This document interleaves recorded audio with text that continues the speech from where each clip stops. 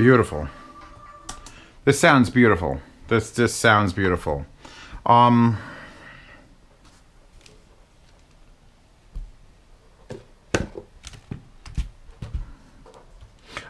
there it is. This thing's so small, I lose it all the time. So EarStudio, or Radson, however you want to pronounce it, contacts me a while back and says, hey, we're coming out with something new.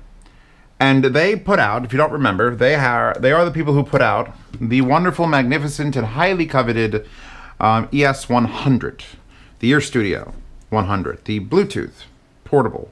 The one that has the little loop back so you can put it on your keychain, and it's got balance, and it's got that app that I talked about for like 40 minutes. Well, they're coming out with something new. And I'm like, ooh, is it this like the Mark II? There actually is a Mark II of this, by the way, with a better build, slightly better button build, which I have a sample of somewhere. I just need to charge it. But this is not what they wanted to discuss. So they also brought out the HE100, which was those IMs that imaged beautifully, the really tiny ones with the attached cable.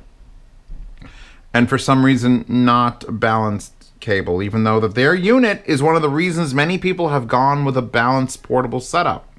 Because EarStudio is all about balance. The balance side of this is, oh, great. No, it's not the ES100. It's not anything related to the HE100. Instead, they tacked the letters HUD in front of the word 100, in front of the number 100, and gave us the HUD100. Look, I don't believe it. I don't believe they just keep using the 100. That's not how that works. That's not how that anything works. But I mean, I guess if you're doing the first revision of several things, this would be the 100, the EarStudio would be 100, the HE-IMs would be the 100, and then hopefully there'll be the 200 or the 150 or the 101, any sort of progression of number up. I will have a fucking champagne glass ready for an EarStudio or Radson is like, hey, here's the blah, blah, blah, blah, blah, 101. Party. Fuck, party at my place. Everyone's invited. Come on down. I'm near Philly. So, what is it? Well, it's a portable, non-Bluetooth, non-balanced, USB-only inputting DAC amp, and it's over $100. So it's like, what market are you shooting for?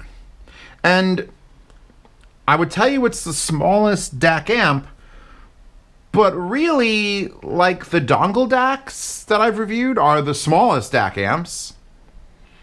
The X-Duo one for $45. I mean, there was the big long stick one that I liked a lot. There's been like several dongle DACs. The one from X-Duo, which I can't remember the name of ever. It's sitting up here somewhere. There be dongle DACs in my general vicinity. I just can't point any out to you. So you come out with something small, but it's not a dongle DAC because the USB cable isn't like permanently attached. I'm just gonna crash that. And even though your EarStudio, you did not put balance on this, and I'm okay sort of with that because of how good it sounds. It would have been a nice touch though. I gotta lower this. This is the Mica Aura Gen, by the way, is what controls these VUs. And that doesn't need to be playing music at all. Stop. So this thing, this small thing. First problem I have with it, it does not have the little lanyard loops like this does. Because that's actually interesting that you have them on this. You could literally attach them to your keychain. You could attach an EarStudio and just have it be part of your keychain. That'd be very, very cool. Oh, I just need, my phone. Oh, attach to my keychain. Boom. So this would be nice if it had it. This is all metal, whereas that is plastic, but that is plastic because it needs Bluetooth. This is all metal because it's just a DAC amp. No internal power supply.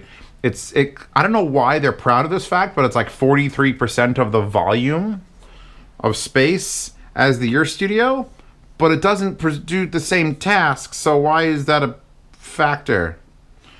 Like, if you were making it smaller and it was the same thing, but it's not even close to the same thing. Step one, this sounds better than the EarStudio 100. It sounds better than most DAC amp combos. And get that out of the way. Right out of the way. Right the fuck out of the way. They were at Can Jam, which I was at last week. And they had a selection of extremely high-end headphones there. And I brought my Neumanns because I trust those more than anything. And I plugged in and I was like, Okay, I get it. I get it. But I still don't get it. Why is it this small?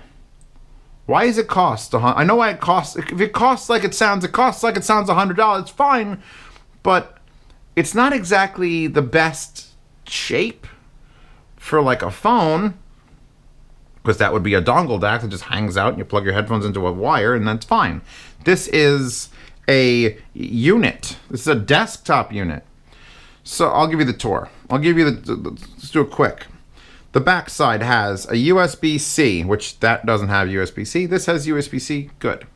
It has a switch here. That switch is only for upgrading the firmware. I've never in my life seen a switch dedicated to that. But apparently, if you read through the manual, and by the way, there is no firmware update available for me to even test this. You, I think, hold that switch over while you plug it into a computer, and then it goes into a different mode. So there's a separate switch just for that. There's literally nothing on the next 4 sides in a circle. Top, bottom, side, nothing. Then the fascia has 2 3.5 millimeter outputs and a switch in the center.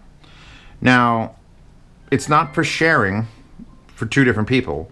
This side is low gain, this side is high gain. That's it. You can't, if you plug one in, the other side dies. Plug one there, the other side dies. So it's for one headphone. The middle switch is for either dynamic DCT or bypass, which they're trying to do some sort of audio processing to make twin. I'm gonna read the website now. DC mode for you. Searching for well-dithered analog-like sound? Well, then you want DCT mode. Or would you like to try Radstone tuned dynamic processing for a more powerful sound with balance? Okay. Honestly, I don't hear much of a difference, and I've tried several headphones that would reveal this change to me. It's not like a bass boost.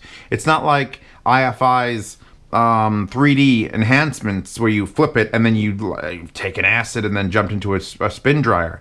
It's nothing like that. It's whatever it is doing in such a delicate and small manner that I can almost not tell it's happening. Kind of like when you change a DAC filter, which is probably what it's doing. These are just a physical switch for a DAC filter. So I've given you the tour of the unit. The unit, that's the unit's tour. There, you have to plug it in. It comes up on Windows 10 instantly. It does 32.384, does DSD, does all those things that you expect a modern DAC amp to do. There's no volume control in the unit, so you're using it. If it's on the phone, you're using the phone's volume, and it's being a really, really giant, strangely shaped dongle DAC. You could get blue tack and just blue tack it to the back of your phone if you had the right type of cable, because you'd have to come out the bottom and then go up, and then if you mount this to the back of your phone but it's in the middle, it's kind of hard to plug things in the middle of your phone. But pretending this is your phone, you know, that's usually what it's going to look like. You have to get one where it could attach to the top of your phone like that, and then at least you'd have access to the plugs. The shape is weird. Like, I get it. I get it. But even if they turned it 90 degrees, where it was on the long axis, like this, that would probably be better certainly for like hanging it off a phone. I just feel like longer is the way to go. So it becomes more like a stick, more like a normal dongle DAC than a sideways hub or HUD. Let's get to the good part. It sounds fucking great. Total harmonic distortion plus noise on low and high gain is 0.000, that's 3 zeros. And then it's like 5.9 and 7.6. So it's slightly, almost immeasurably noisier on high gain, but they're both down 4 decimal places. So remarkable. I hope that this is like the blueprint for the future Bluetooth ES 150 or 200 Mark 7, because does this beat the EarStudio, the original? I can't even call it the EarStudio. This beats the ES 100 in sound quality without balanced. Doesn't even need it. I just pulled an Ash Williams. I'm gonna plug it back in. I'm gonna leave it on the long cord. It comes with both these cords, by the way. What it claims is a 10 millimeter, and what it claims is a meter. And I know from owning a yardstick, which is 36 inches for those people that are not in America, and a meter is 39 inches, that this is about 31 inches. So about 0.7 or 8 of a meter. So you did measured wrong, and I can tell you measured little boxes. Boxes are lying to you. Nice little boxes, by the way. So I'm going to plug this back in. So here's your... And the thing is, they give you the short one. They don't even give you one to hook it up to your phone. They don't give you a USB-C to USB-C or USB-C to a lightning connector. They just give you this, which is the more ideal way to hook it up to a laptop is the short one. I'm using the long one it comes with because I'm reviewing and it needs to be in my hands while I'm doing it, or you'll never be able to see what the fuck I'm reviewing. In fact, I should be reviewing it like this or with a magnifying glass. I brought out 2 headphones. I'll plug in the MMX 300s now because they're a lighter, easier to drive pair, and I can go into the low end section or the low gain section. Put this on, put play on that. Yes, these are a gaming headset. Ignore this microphone and just pay attention to the giant Dakoni pads and the oh.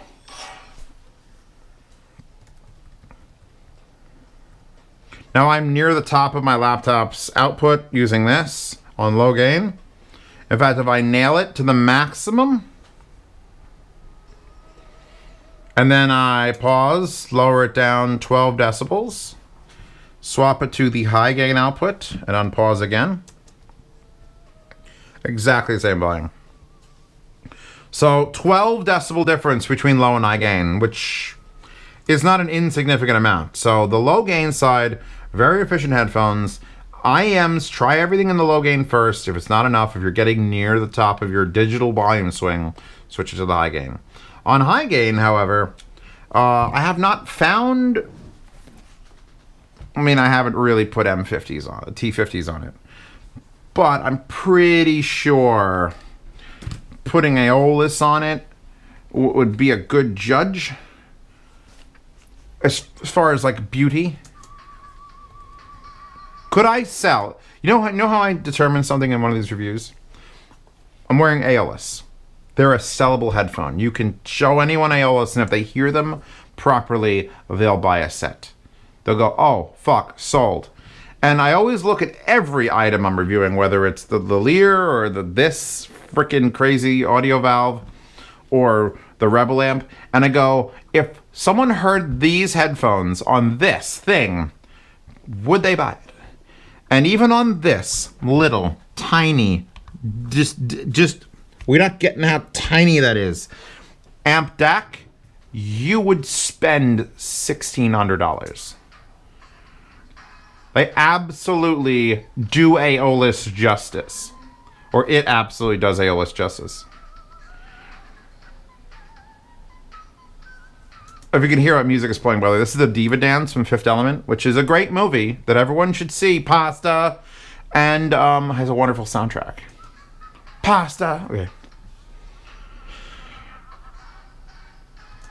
So it's quirky as fuck. Like this, no one asked them for this. No one on earth was like, hey, you know what, Radstone? Take your most popular product, improve the amplifier, make it more powerful, take away balanced, take away battery, take away Bluetooth, put it in a metal case, and sell it for more money. No one asked for that. Nobody. But I don't hate that it exists. Best compliment I can give. Because if you are my friend, I have a friend who's a minimalist. He has everything in very neat piles, very small, short, small, compact, non-invasive. This is your DAC amp. When an IFI Zen DAC, which is either the same amount of this or less, because this hasn't been released officially in the United States yet, it's still only in South Korea. If you are that person who is like, you know what? Don't you hate how big watches are? I wish there was watches but smaller. Then you get like a Fitbit and it's like only a 1/4 inch wide. And oh, that's perfect. This is your DAC amp. You've been sold. You've been sold. Because it is and here's the thing the reason I like this the most is because it shows the potential for this sort of sound quality in this small a package. And I look at my laptop here, which when DMS got this, he said it was $2,000 because of the Pantone screen. And I'm like, oh, what the hell did he close in this? Ugh. I look at it and I know that the headphone output is garbage. Do you think they could fit this amount of cubic space? They could put the second battery that died. I did like 9 minutes of this review. Battery died. I went, all right, you know what? I was getting off on the wrong foot. Started wrong. Do it again. Second battery died. Anyway, back to the EarStudio HUD100. I can't call it the EarStudio. I can't call it the Radstone. I can't call it the 100. I have to call it the entire name because their fucking conventions are... This has proven to me that it is possible to not only in a laptop or a phone put in this sort of level of quality, but that they should be doing it. Hell, Radstone should even sell to the public. They should be like, hey Asus, hey Acer, hey fucking Apple. We'll sell you this magical box. You solder it into your laptop, and you can put the two, look, they can put the two ports, they can put the switch. This whole thing would fit. It's it's half the thickness of my very thin laptop. This proves the point. It feels like this isn't a commercial product. It feels like it's a test bed to show off exactly how small you could make a great sounding audio amplifier and DAC. All right? And frankly, that's fine with me. I personally, if I'm traveling, this would be great, except I think I'd lose it. They do. Hi, boopers. Boopum stoops.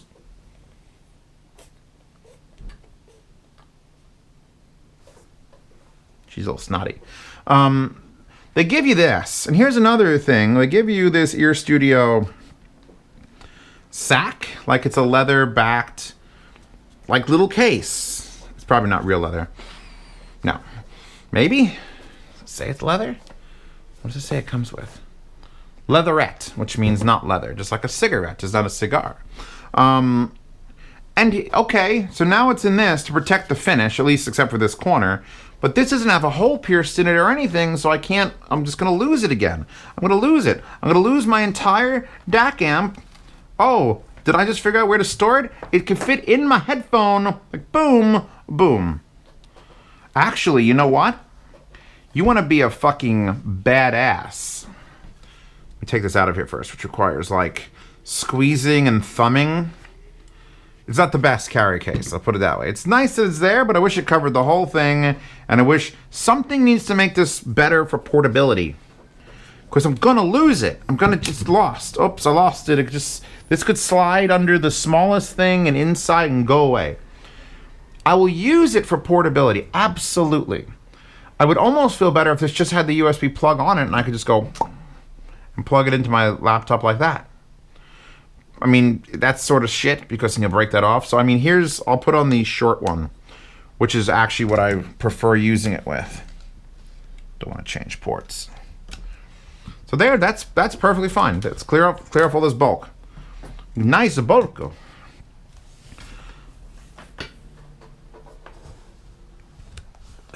It feels like a tech demo.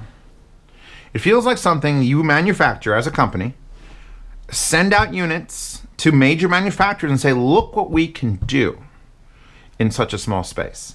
It's like a science project. It's amazing. It sounds amazing.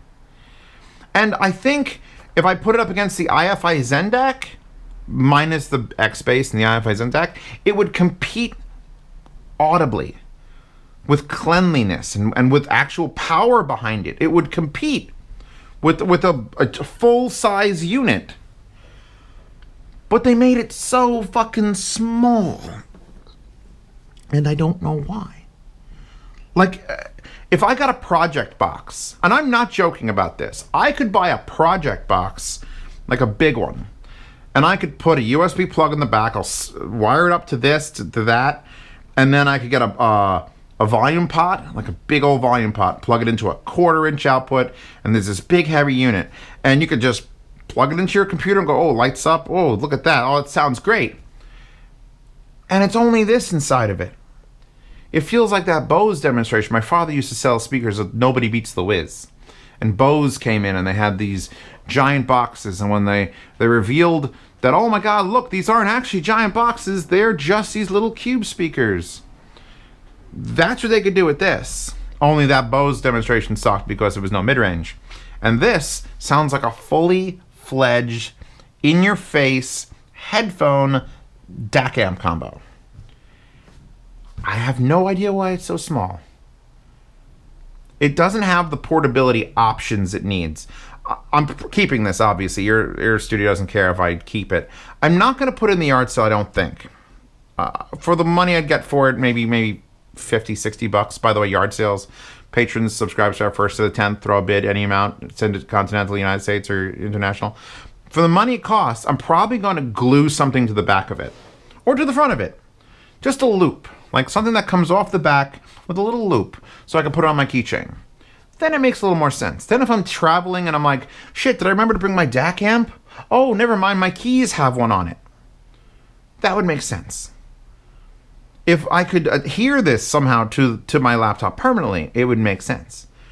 It is it's an oddity.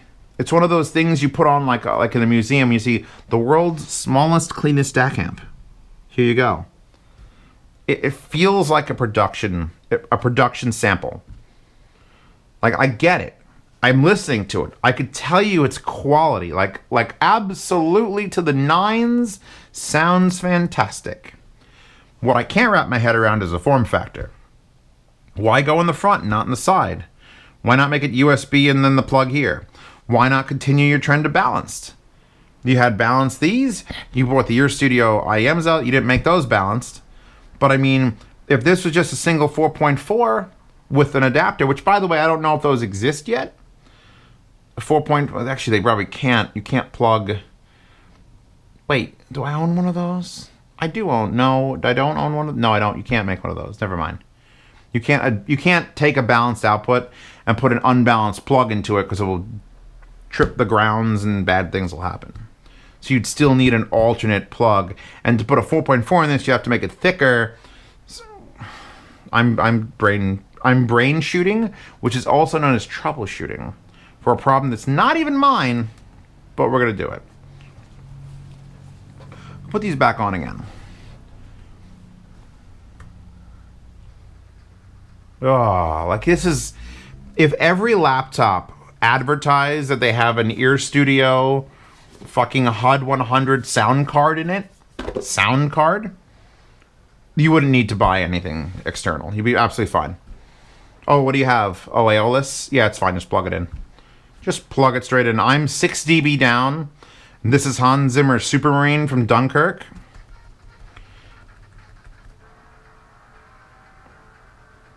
Like this, I cannot find fault in the sound. These switches, if I switch it from bypass to DCT,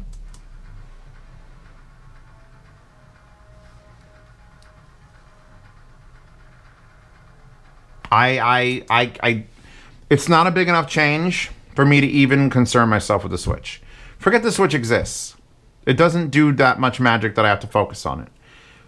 The sound quality is there. The power is there. And if all you're concerned with in your whole life is I need to have something so small that I lose it. It certainly, how about this? It sounds better than all dongle DACs that I've ever reviewed. It's more powerful than all dongle DACs I've ever reviewed. It's almost a dongle DAC, but better. And if it comes to the United States and you could actually buy it for whatever, $100 to $150 is fine. More than that, no. But you had better want this form factor. It was so adorable. They had it at CanJam, and they had to put it on they had to put it on Post-it notes because everyone had black tables with the black unit on black laptops and you couldn't see it. They had to put a white surface. What do I have? What do I have that's like small? Here you go. They had to set up every table with a little piece underneath it because you couldn't tell what the hell was playing. Like, what am I supposed to be looking at? They had to high contrast it because you lose it. And I'm afraid I'd lose it. So if I have advice for Radstone, God almighty, keep doing what you're doing. I would have put a 2.5 millimeter balanced for the high end and left a 3.5 millimeter not, or maybe made the switch high-low gain for either output. I would definitely put a little corner holes through it so you could mount it on a keychain. And as much as this protects most of the unit, it doesn't facilitate its carrying it around any easier. So I would have done that a little differently. I love the way it sounds. But why? But why would I want... Why do I tell you you want it? Why am I telling you? My job is to tell you why you want something. Do I love it? Yes. Do I think people need to have it? Sure, I think people need to listen to it. But I'm finding it hard to just justify its size.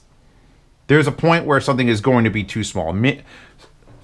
Micro SD cards need to be this small because people need to put them in their phones. They need to put them in their Apple Watches. I don't know, Apple Watches take them. Portable players, small things. But that, where are we putting it in? Why? Actually, we could fit one of those in there and make it the world's smallest portable player. Just like the, what's that really small one? The SanDisk one that everyone praised. I don't know. All right, I'm getting off topic now. Look, I will try to link this in the description if it's available. I'll probably link the homepage if it's not. If you can't buy it, you can't. If you can buy it, honestly, it is the world's smallest, best sounding DAC amp. If size was step one, it wins. And then it competes with everything around its price range. At least competes, if not beats. So, bravo, Radstone. I look forward to your emails. Oh.